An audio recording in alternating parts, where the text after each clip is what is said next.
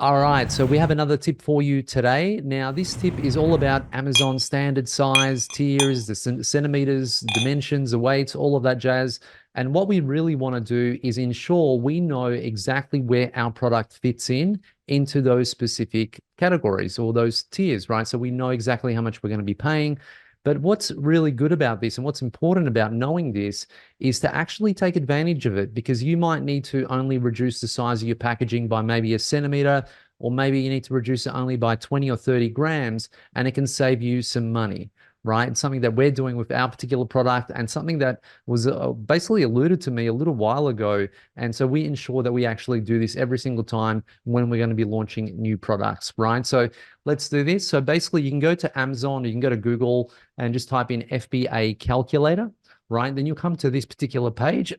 Now, what you want to do is you can click on define a product. Now, let's just say it's Amazon US store. Which going to change this to centimeters. And let's put in some of the details of our product. So you would just put the packaging dimensions in here. So let's go 12, 23, and let's go 15, right? Unit weight, let's just say 0.69. Select the category. So let's just go to sports and outdoors.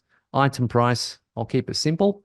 50. It doesn't really matter too much what you put into here, all right, in terms of item price or shipping charge. It is going to make a slight difference, but really the idea is to find out exactly what you need to do and how many grams you need to maybe reduce your packaging or the inside of your product, or even in terms of the actual centimeters, if you can actually reduce the box a little bit. Because usually a lot of times when people actually have a gift box, it usually is maybe a centimeter or 2 centimeters bigger than it actually should be. So you want that snug fit. It's important. And also depending on what type of packaging you're actually using, or what comes with your product inside the actual box, that could also add weight to your product, right? But we don't want to go cheap on what you're providing to your customers, right? So we don't want to start taking out things that are very valuable. If you have a really beautiful box, that's good, go for it. But this is really for you to actually identify how you can actually make basically your profits go a lot more by actually reducing it slightly,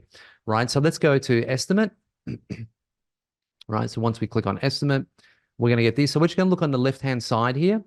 So we just want to have a look this side.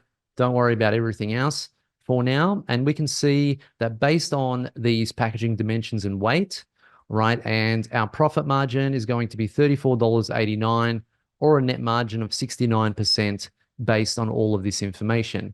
Now, if we start changing things a little bit, right? So let's go to, let's do this. Let's just buy 1 centimeter all the way around. 22, 14. All right, so keep note, this is $34.89. All right, so let's click update. So now we're at $35.17. Right. So you might be, and again, it depends how big your actual package is, and ensure that you have the exact measurements. And if we go to unit weight now, so now it's 35.17. We go to unit weight, let's do 68. So we only took off 10 grams, right, off the actual packaging, or of the actual box or the actual product itself. Let's click update.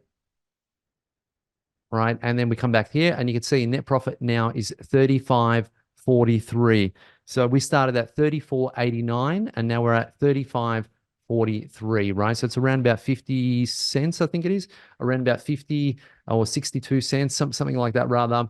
So basically what happens is, if you think about ordering 1,000 units of your actual product and you start selling 1,000 units a month, well, that's a saving of around about 500 to 600 USD a month, right? And then you're also going to get possibly cheaper shipping costs also, right? But that's money on the table that's yours. And I was actually doing an audit for a really big company about a year and a half ago, 2 years ago, and they were doing about 2,000 to 3,000 sales a month. And we went through this process with their packaging and we reduced it by a really good amount, actually. And they got them about $1 per unit extra. So they're making an extra $2,000 or $3,000 a month now, purely just because we identified this. And what we did was we changed their packaging based on that, right? That's an extra $30,000 a year, not including shipping fees and everything else that they're going to pay that determines their dimensions and weight, right? So this is a bit of a tip. but it's a good tip and it's something that you should take into account when you're launching any product, or if you have a product that's in Amazon at the moment, I'd be reviewing this for sure. Now, one thing I always recommend everyone does is you always get a box, right? You always have gift packaging with your product because that allows you to start targeting gifting keywords, gift for him, gift for her, etc. And if they see your product that has a box in the actual hero image of it, of the actual listing, then they're going to be more inclined to actually buy it, right? Because a lot of people don't realize when they're buying products as gifts, a lot of them don't even come in a box, right? They just come in a poly bag, right? So you want to make sure you do that. And not only that, but the advantage of actually getting a box is that you're going to be able to increase your price of your product by another $4 or $5, right? People will pay more because it's going to look a lot more professional. It's going to look a lot better.